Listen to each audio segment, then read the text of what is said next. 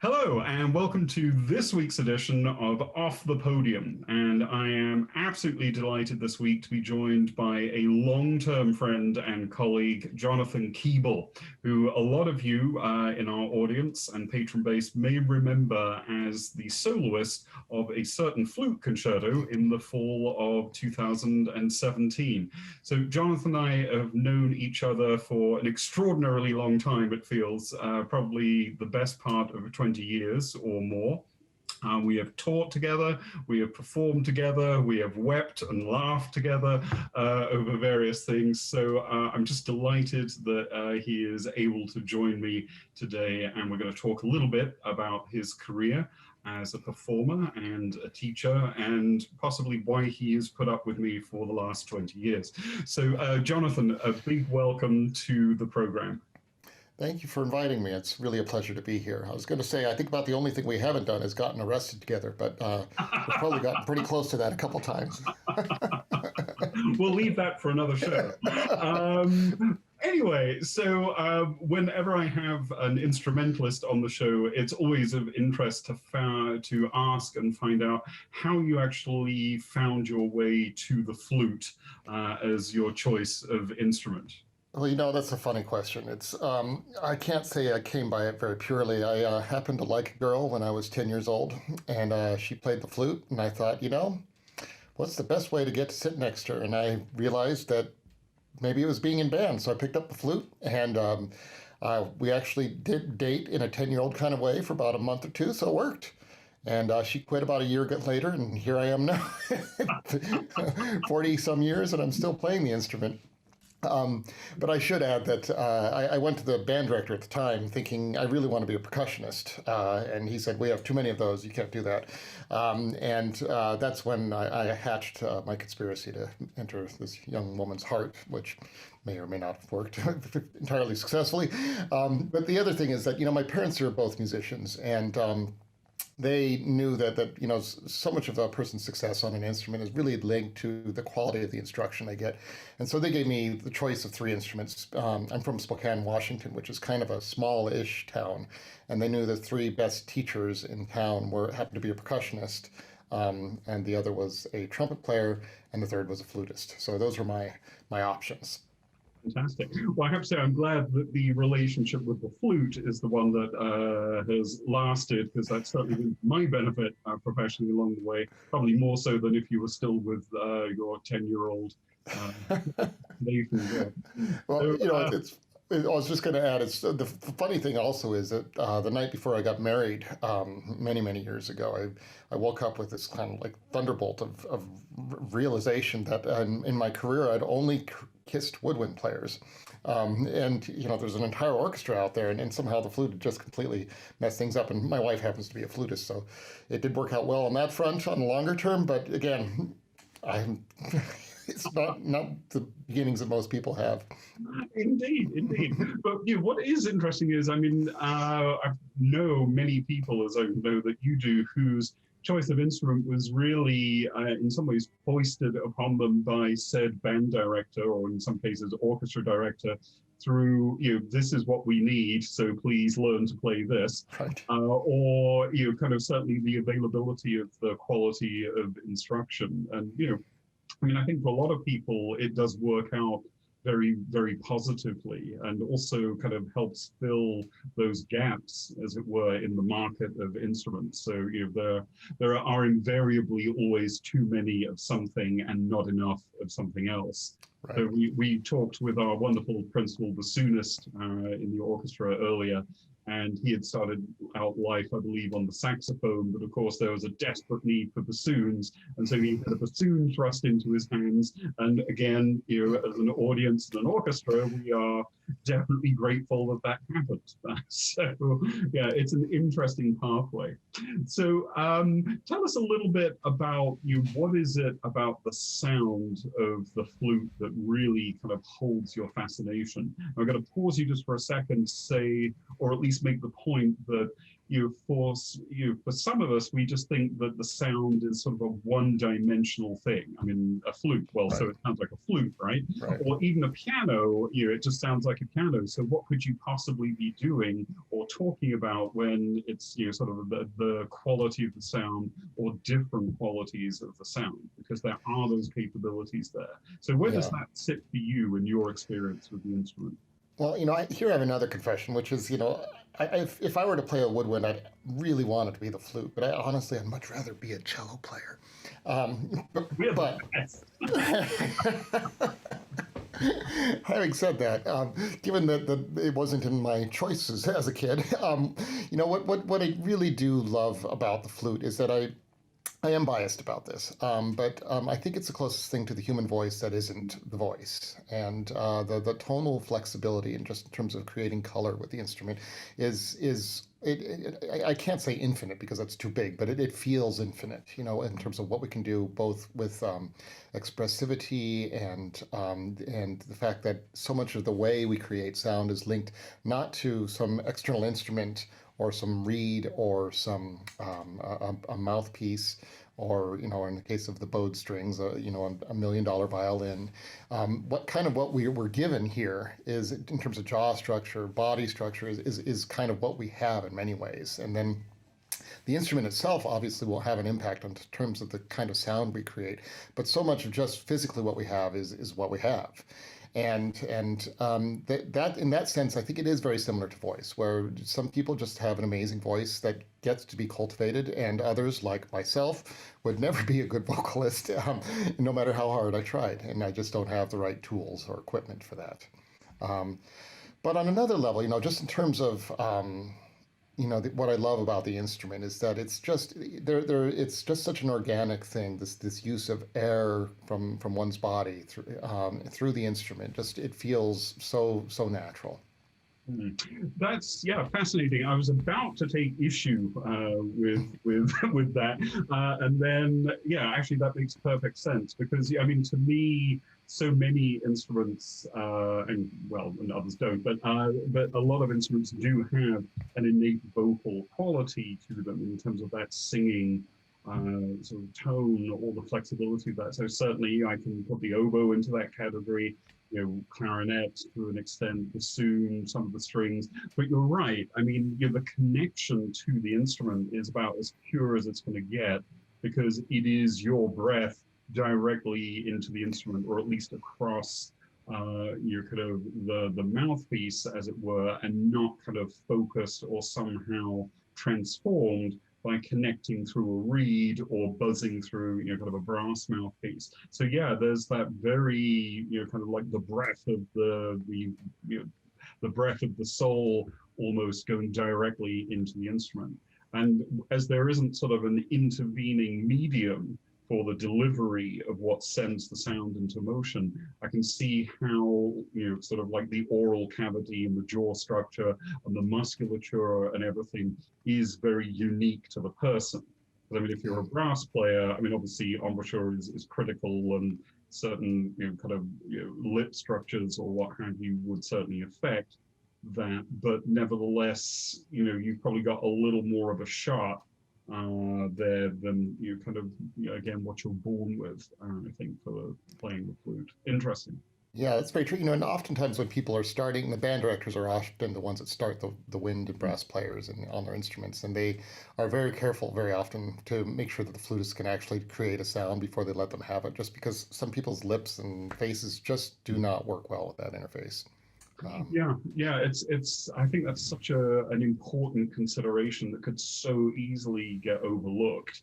Yeah. So, I mean, thank goodness for high quality band directors, as they are being kind of produced in many schools across the country, and working with young folks to make those decisions. It's not necessarily a qualification or a skill that from the outside you would assume is important, but it's really the make or break at the beginning, I would imagine. So yeah, fascinating. So you mentioned a little bit about your family, or both of your parents at least, being musicians. I want to sort of circle back to that if I may. So you do come from an intensely sort of creative family, both musically and otherwise. So tell us a little bit more, if you would, about, for instance, your father and your mom, and also my former roommate, your brother.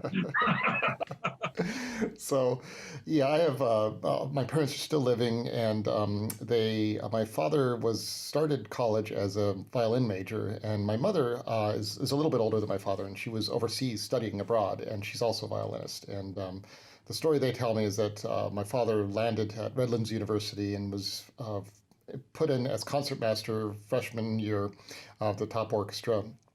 But everybody was saying, wait till Claire Sheldon comes back from Europe. She's going to kick your tail. And lo and behold, about a year later, my mom appears and she kicked my dad's tail, and he quit. I'm not sure what that says about the Keeble men and their ability to be beaten by their future spouses, but he quit and became a writer. And subsequently had children, and obviously I'm a flutist. I have two brothers. One's a percussionist, and the other is a trombonist, your former roommate. And it was an incredibly rich life growing up in this house, I've got to say. Music was always being played.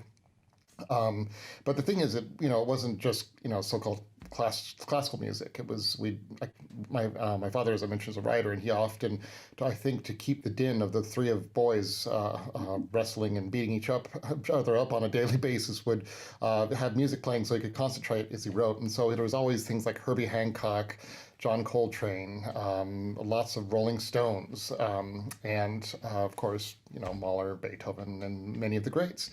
And so it was such a rich environment from that perspective. Yeah. I can only imagine. And I mean, it's always struck me that you had these sort of wonderful, broad, eclectic tastes as a musician.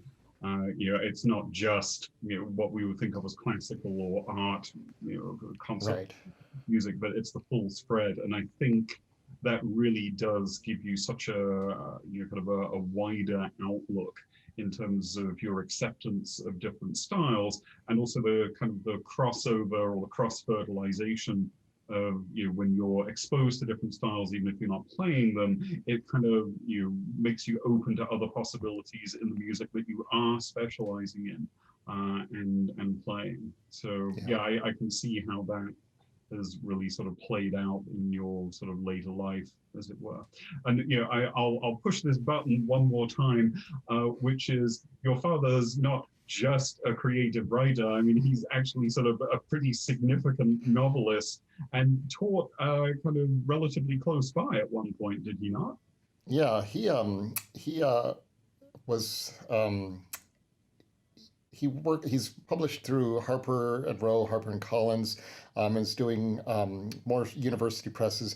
The industry has changed so much in the last 20 or 30 years, the writing industry is. And he had a book that was a bestseller, and it's literature, it's Western-based literature, but the industry's changed, and he's in his 70s now, and he hasn't quite, I don't think he's managed to shift quite with that, but I have to say that the stuff I've been reading of late is as good as anything that's out there.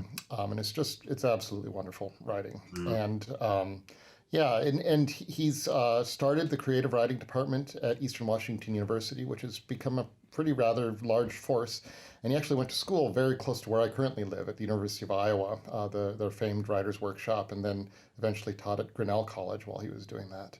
And I can't say enough about what my father's given me through his writing. I mean, it's, you see your life growing up through this his literature, and I can't say it's.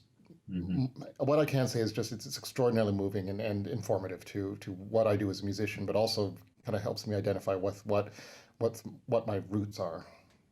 Right. Yeah. No, I think that heritage is just so important in terms of how it shapes one's thinking and your own approach to things that you're really passionate about. Yeah, I'll flag that, of course, our concertmaster at LaGrange is also a writer and a great poet, and is really getting some terrific traction out there. So you can sort of see how those kind of things marry pretty easily. And didn't he teach in Alabama? Yes, yeah, that was. I was trying to figure out what nearby was, whether it was near me or yeah, he was. Nearby. Yeah, yeah, he taught for several different year-long visiting professorships down at Alabama, and absolutely loved it, and developed a profound love of barbecue, which I can say I'm grateful for because it taught me a few things growing up about that too. So there you are. To our audience, there's a wonderful, pretty local connection. And so your father is John Keeble. So for anybody who's interested, you should definitely go punch that name into Google or Amazon and see what you can track down. Yeah, So I've certainly read some of the things and absolutely stunning. So yeah, it's beautiful. definitely send that out to our audience. So, one of your sort of very committed passions is to giving new music a voice, which, given that the flute has hundreds of years worth of music written for it, going all the way back to Bach, or certainly even earlier, if you look at sort of the earlier form of the flute and the recorder and such.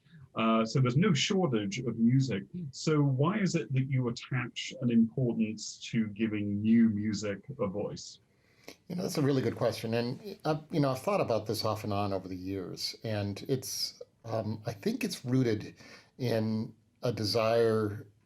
Well, I feel very strongly about the culture and the world we live in, and ideally art needs to, and generally when it's good, reflects the world we live in some way or another.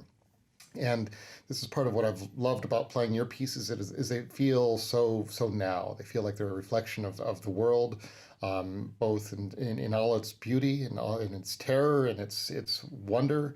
And it this repertoire that lives today and is being created today really just speaks to me, and I hope when playing it speaks to the audience.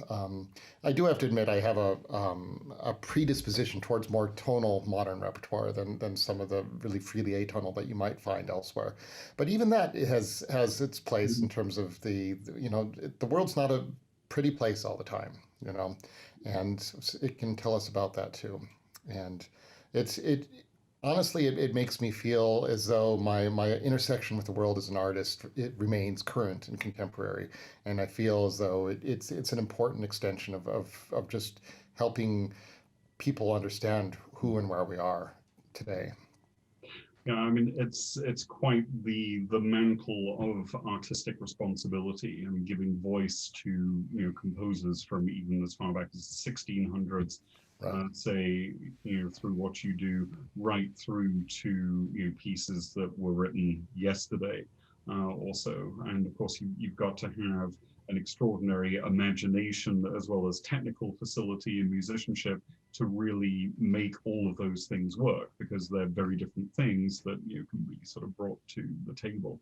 And I think again, that's why I would go back to the really sort of diverse and rich heritage that you had kind of growing up with your family, and subsequent experiences through undergraduate, graduate, and decades worth of teaching. Yeah. Yeah, it's interesting. I love extended techniques, and the flute is just great for making key pops and buzzing noises, and you can sing and play with it. I grew up listening to Jethro Tull, and for those of you that know Jethro Tull, the lead singer and flutist is Ian Anderson, and he just does all kinds of crazy stuff. And that is one of the things that are kind of rewinding back to an earlier question that you asked. This is one of the things I just love about flute, is that it's a pretty awesome rock instrument. When you attach a microphone, the sky's the limit. There you are. So, which is actually a reasonable segue to my next question for you, which is you're a renowned soloist, having appeared as a concerto soloist all over the world with various orchestras, but you also play a lot of chamber music. You're a member of the Great Prairie Winds, Wind Quintet, and you also play in orchestras. I mean, you played, the Chicago Symphony. I mean, it's all over the map. So, can you tell us, what's different, or how do you have to change gears in your playing between playing in chamber music versus orchestra or solo stuff? Because you've got to be able to cover all of those things. Yeah, that's a really good question. And chamber music, I have to say, may be my first love. And there's something about just a small group of people working together and sharing ideas and building a project as a unit without, forgive me, Richard, without the interference of a conductor. and and and letting three, four, five, six different people's intuitions and thoughts kind of come to fruition in a musical product. The what I love also about chamber music is that in order to do it really well, you have to be able to just shrink into the fabric when needed and just be just a part of the team, as you might say. And then there are other times where you have to spring to the fore and play like a soloist. And so what I love about chamber music is it trains musicians both for solo playing and for orchestral playing. And it kind of has all of it in it. And so that's what's so unique and wonderful about chamber music. And then with regards to solo playing, I have to say of all three, it's one of those things where I just absolutely love being in charge, just going out there and playing a great work. I mean, your concerto I put right up there. It's one of the most moving things I've ever had the just pleasure and privilege of performing, and there's nothing quite like it. And having said that, I the power of an orchestra is so immense. And I think back to when I was 17 years old and I was playing in the All Northwest Orchestra, which was an orchestra comprised of high school students from Washington, Oregon, Idaho, Alaska, and Wyoming. And it was a 200-person orchestra, it's just huge. And we were doing Shostakovich 5. And for those of you that know Shostakovich 5, the last movement is just an unbelievable tour de force. And I remember just being so overwhelmed by this wall of sound that it was that moment that I knew I have to play in an orchestra. There's something so incredible about it. Yeah. Well, of course, I would have to agree. And Shostakovich 5 is definitely on my repertoire list, having done it with many other orchestras, but we will bring that to LaGrange Awesome. at some point. But yeah, I mean, you want to go back to a couple of things that you raised there. One is just the wonder of chamber music, and actually I agree with that, certainly from my vantage point as both a composer and an orchestral conductor, which is I think that some of the best orchestral playing is approached through the lens of chamber music playing, because there are certainly moments where every single person in the orchestra is playing to create that wall of sound in some instances, as you say, but it's always a conversation.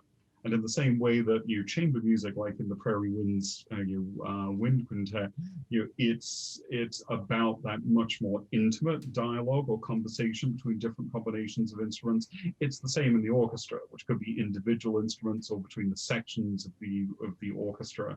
And if you can actually tap into or encourage the player's awareness of all of those dynamics, and of course I don't mean musical dynamics, but actually the dynamics of playing and ensemble playing, then I think you get a much more sophisticated, richer end result from even a 200-person orchestra. Yeah. And I mean, the other thing that I would flag for our wonderful audiences, you talk about the power of the orchestra, and of course sometimes yes, that can be just a wall of sound that is very dramatic and impressive, but the power can also be in the intimacy, of course, in those incredibly soft, controlled moments of harmony and lyricism and everything else that sort of flood through the ensemble. So I mean the orchestra is an extraordinary kind of entity in that sense. So I've always thought that it would be so great if we could get our audiences on stage with us and just put a person between every player and let them feel the breath of the audience, sorry, the breath of the musicians in a non-pandemic, obviously, and feel the air vibrating around them and feeling the sound just, literally, I mean, you can feel it in your body, the vibrations from the sound, and watching the musicians take little cues from each other and just experience, firsthand what it feels like to be in an orchestra, even if you're not behind the instrument itself. There's nothing like it. you know. Yeah, no, I agree, and it's great to occasionally be able to put folks on the stage in those conditions. But you talk about kind of little cues sort of down the line of instruments or even across the orchestra, and that's part of the intimate and really sophisticated communication that I'm thinking about that exists sort of absolutely in the most successful chamber music settings, and the same can sort of happen within sections of the orchestra or between. And I think it's a really important consideration. Same in choirs. I mean, obviously, to an extent, I mean, that good eye contact and such, and not just with the conductor, and certainly not obviously in the chamber context, but between the musicians themselves. Yeah. So, well, I'm going to finish with one last question, as I know that we're reaching the top of our time here. But as a master teacher, and I think of you as that, and you've also acquired that accolade professionally as a master teacher, and quite rightly so. You've given an extraordinary amount to the full spectrum of students, be they really talented high school students, undergraduates, doctoral students. So but it's not a one-way street in that. So I'm curious to hear from you what you get back as the teacher in that process. That's a really good question. It's, I mean, there's any amongst us that are in the role of teachers know that it's something that's fundamentally giving. And you have to expect to be selfless at times within that. So there's that element. But what I reflect on frequently is that I love music, but what I love more is helping music transport people, and working as a pedagogue with my students and seeing how it can be transformative, not only to them as musicians, but just seeing how it informs who they grow into as individuals. And honestly, that's what I get back, is watching these students grow personally, and then they leave, and some of them become professional musicians. But I've got students that are doctors, accountants, nurses, and they all, I'm almost without exception, come back and say, I'm just so grateful for what music has given me within this.